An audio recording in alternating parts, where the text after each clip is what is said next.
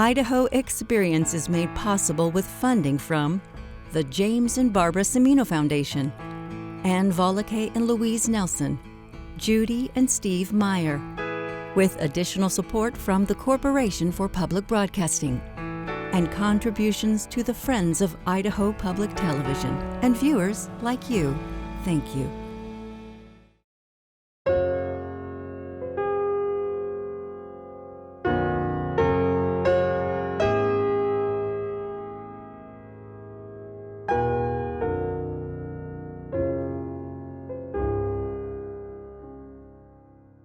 High above the Snake River in the Magic Valley sits an architectural masterpiece, the only Frank Lloyd Wright designed building in Idaho, Teeter's Knoll.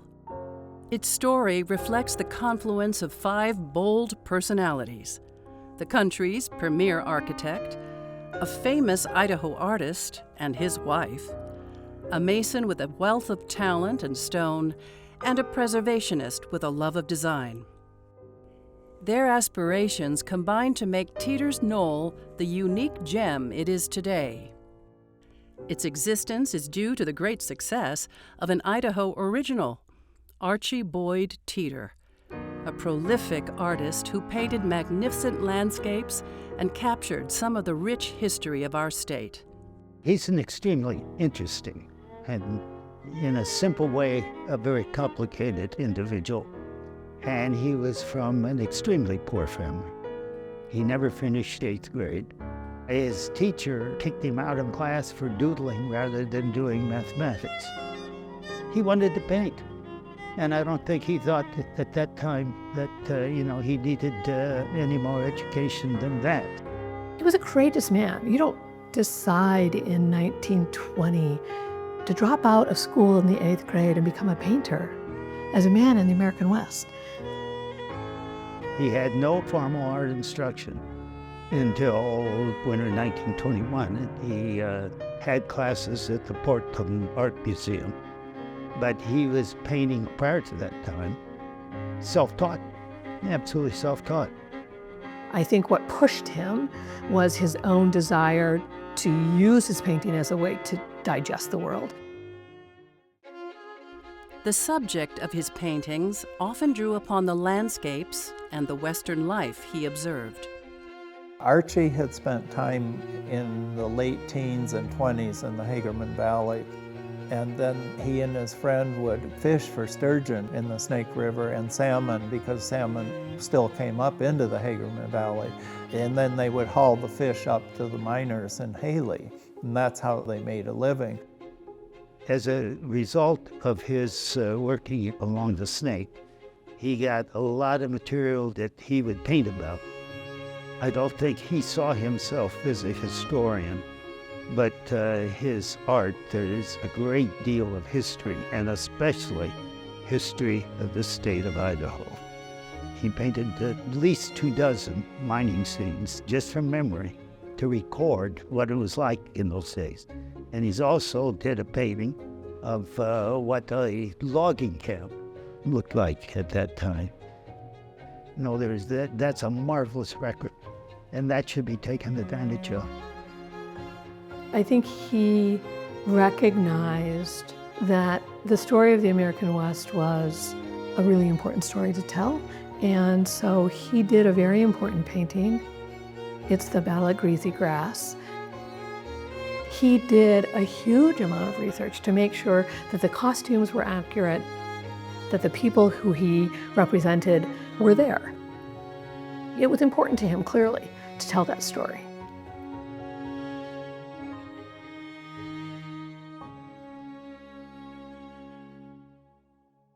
In the summers of his youth, his restless nature would carry him and his paints from Boise by mule to the heights of the Sawtooths, mountains that became the subject of some of his early paintings. Over the years, his nomadic adventures would deliver him to the town of Jackson Hole, Wyoming, where breathtaking views of the Tetons would inspire a lifetime of work. It was here that he'd meet Patricia Wilson, who would become his wife and help Archie grow into an artist of international renown. Patricia knew a lot about art. She was an artist herself. Patricia was his sole gallery person, as she was all his life. She wanted Teeter to be known, and I think she was really the driving force behind that sort of painting the day, particularly when he was known as Teton Teeter and people were coming to the American West. Everybody wanted a piece of that. They wanted a souvenir, and so he would paint furiously Jackson Hole and the Teton Mountains and slew them around the trees on Jenny Lake and sell them. The view of Teeter is that he was a painter of the Grand Tetons. Well, yes, he certainly did that. He could paint the Tetons from memory. And the story has it that somebody came into their little gallery in Jackson and said, "Oh, Mrs. Teeter, we just love Archie's work, but it's just, a little bit too expensive for us." And she said, "Well, come back in the morning. I'll have Archie paint you a smaller one tonight." Oh, he was enormously prolific. He one time said that if he painted for a couple more years, that he would be over 10,000, he'd be the most prolific painter of all time. Now, whether that's right or that's wrong, he was enormously prolific. He did things quickly. He did them with impressionistic strokes most of the time. And to our good fortune, we get to see what he saw through his lens.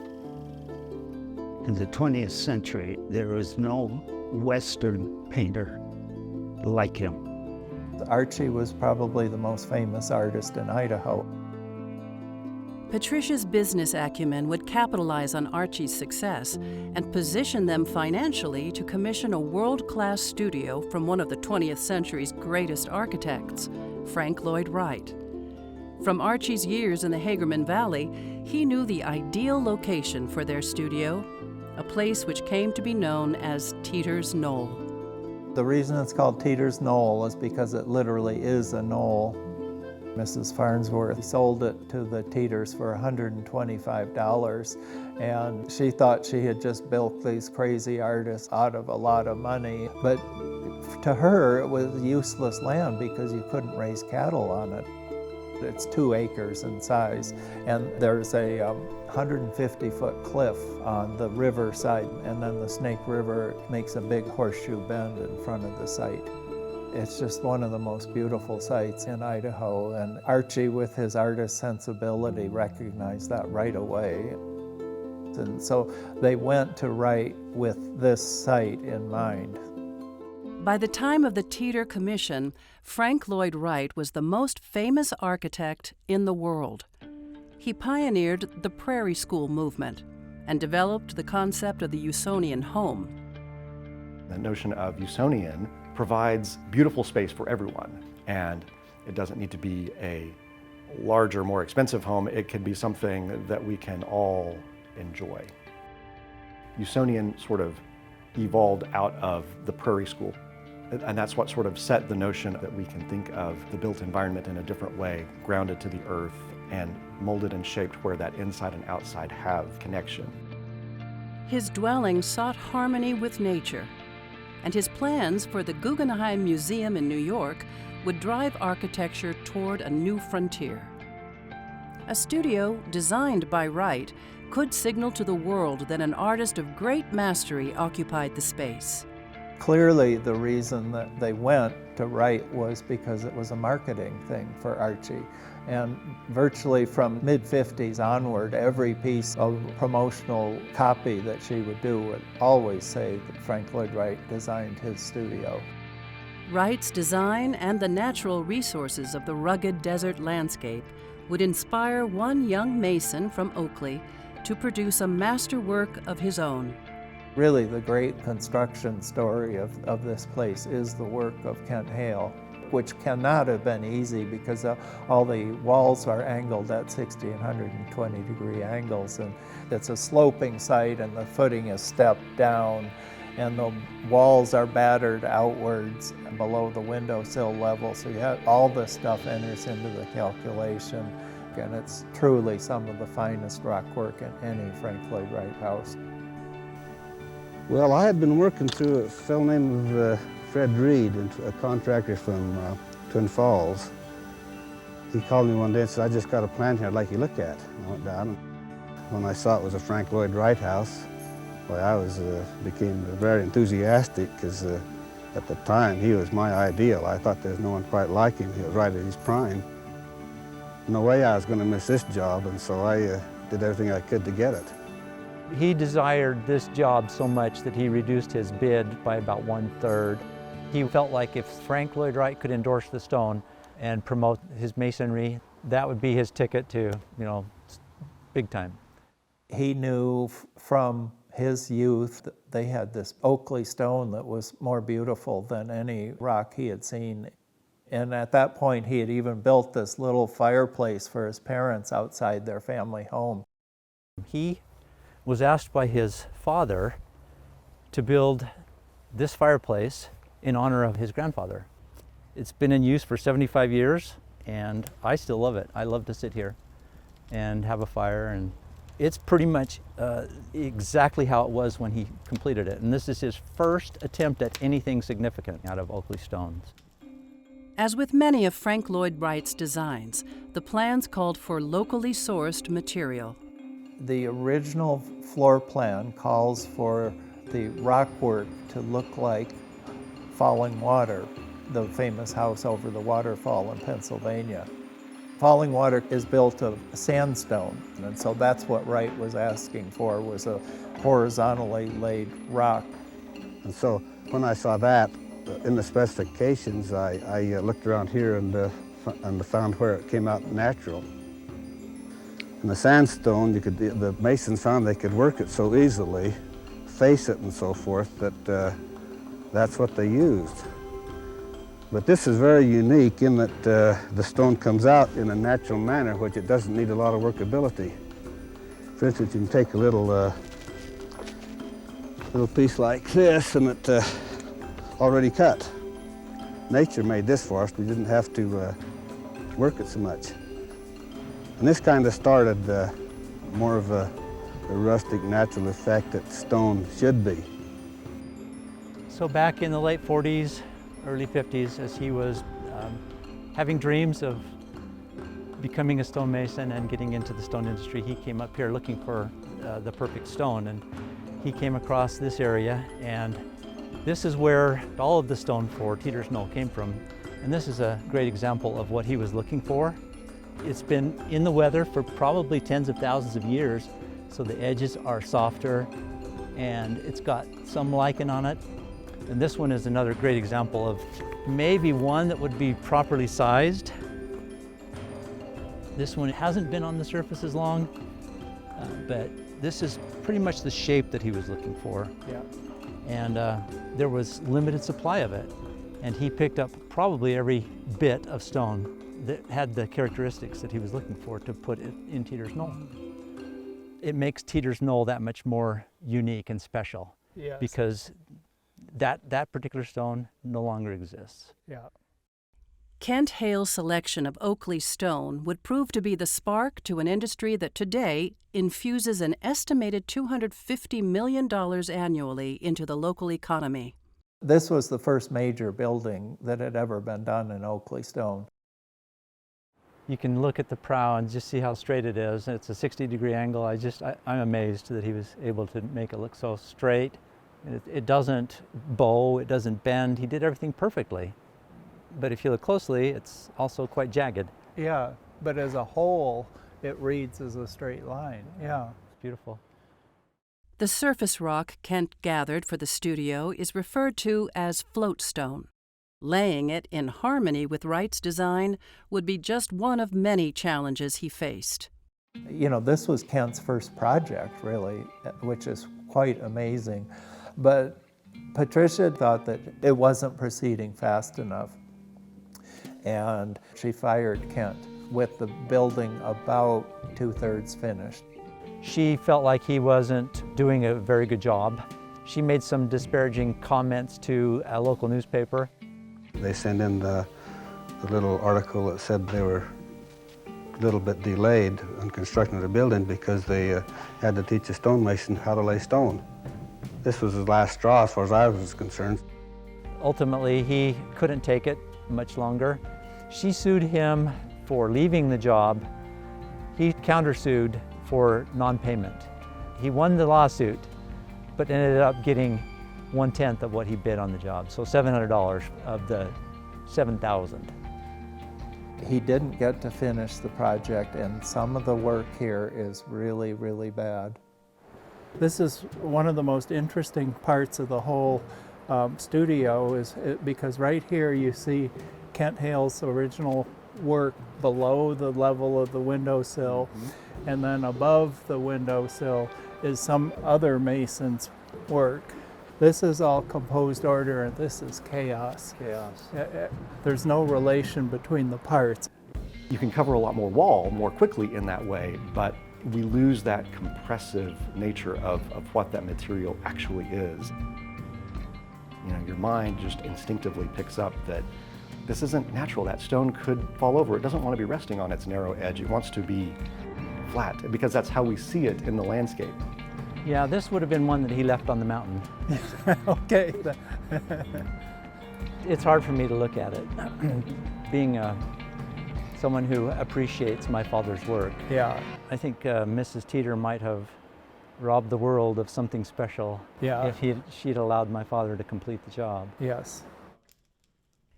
One of the signature features Kent Hale did complete before being released from the project was the chimney.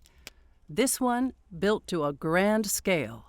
The rock work that would be looked at more than any other place in the whole studio would be this. And so here on the interior you see lichen, and I love to point this out to people that's, 70 years ago that was put there, and that lichen is still alive and growing.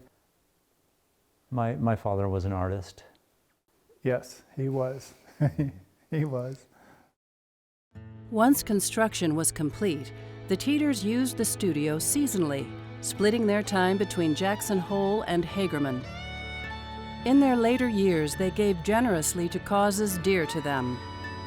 They started the Archie B. Teeter Fund for handicapped children and supported important medical programs at the Mayo Clinic. Their nomadic spirit took them on adventures around the world.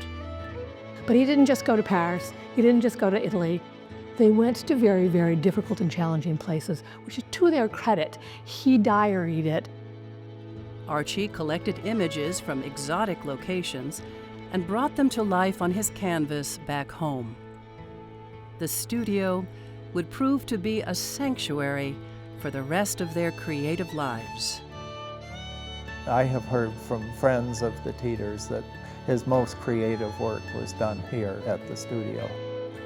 Archie Boyd Teeter died in 1978, but his spirit is alive and well in Hagerman, where the Historical Society purchased a new home that will display some of the Teeter paintings they have in their collection.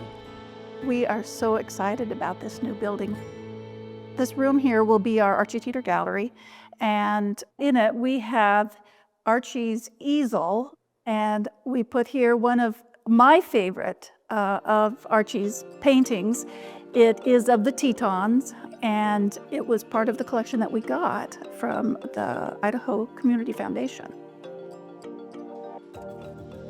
Our first show is a curated show with Kristen Poole. She is going to look through over 650 paintings. So we're really excited to kind of dig into his art and understand his art more. Hi, everybody. What we wanted to do with this show is really sort of give people an overview of Archie's life, who he was, how he painted, and the styles he painted in. He was what we call a plein air painter, meaning that he painted out of doors almost all of the time, and he painted what he saw. And Hagerman really was a base for him throughout his lifetime. So these 5 paintings here are of Hagerman, and this is the Pope House, for those of you who know where you are. And there's a very funny story about Archie plopping himself down on the land and deciding to paint the house. And Mr. Pope came out and said, "What are you doing, young man?" And he said, "Well, I'm painting a picture and you're bothering me, so you should leave." And he kicked him off his land. So that shows you a little bit about Archie's determination and his arrogance. I love this painting here, which is a really sweet painting of the river and the landscape.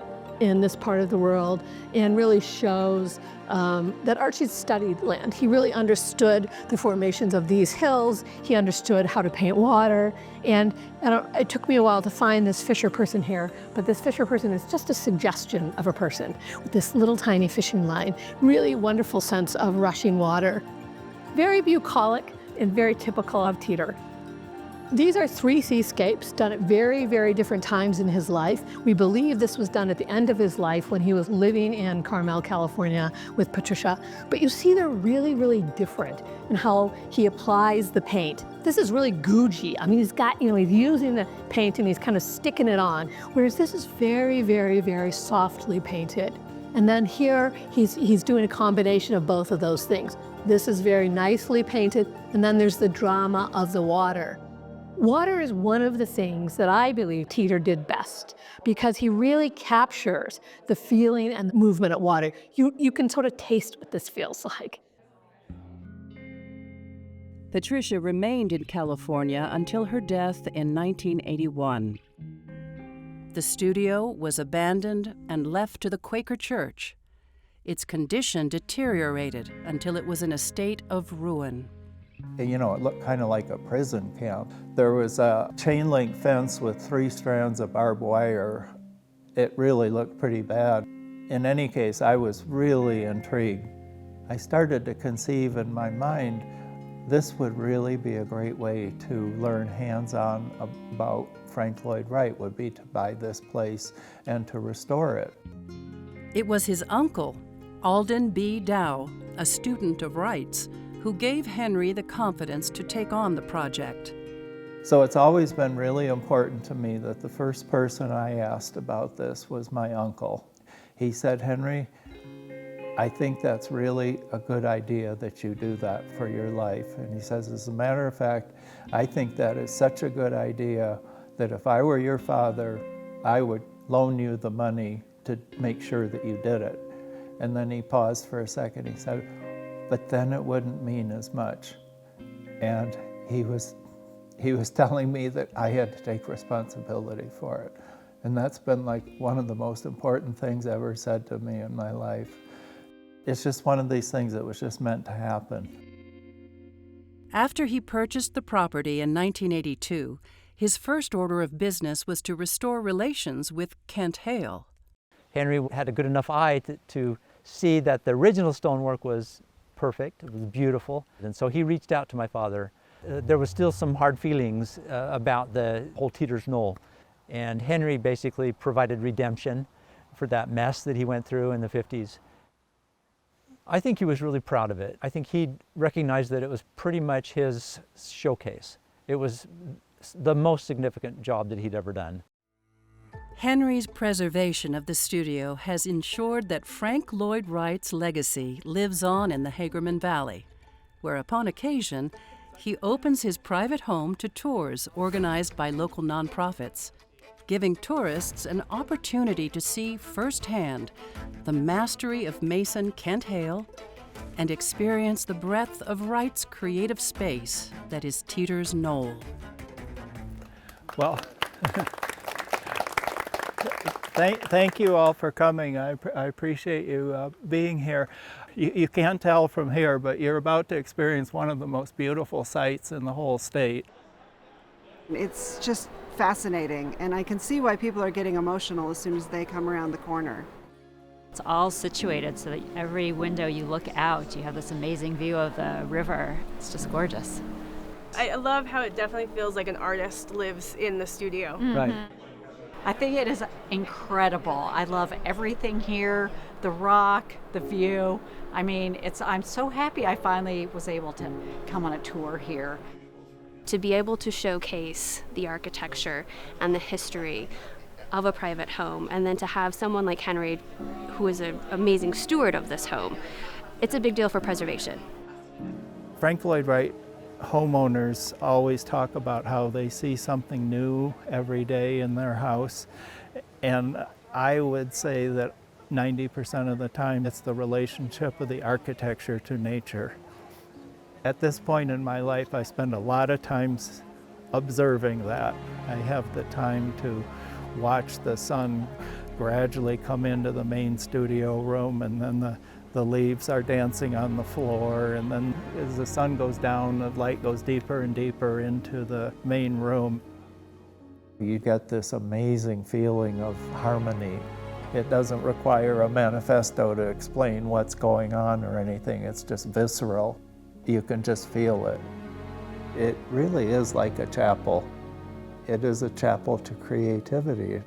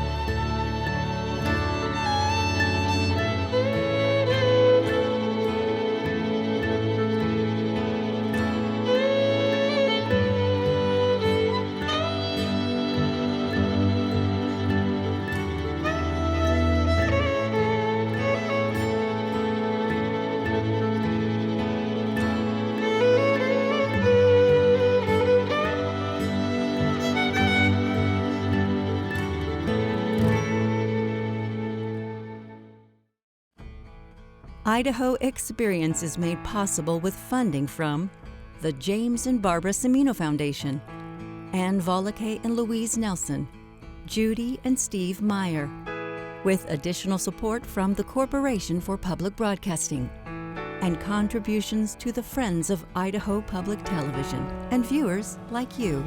Thank you.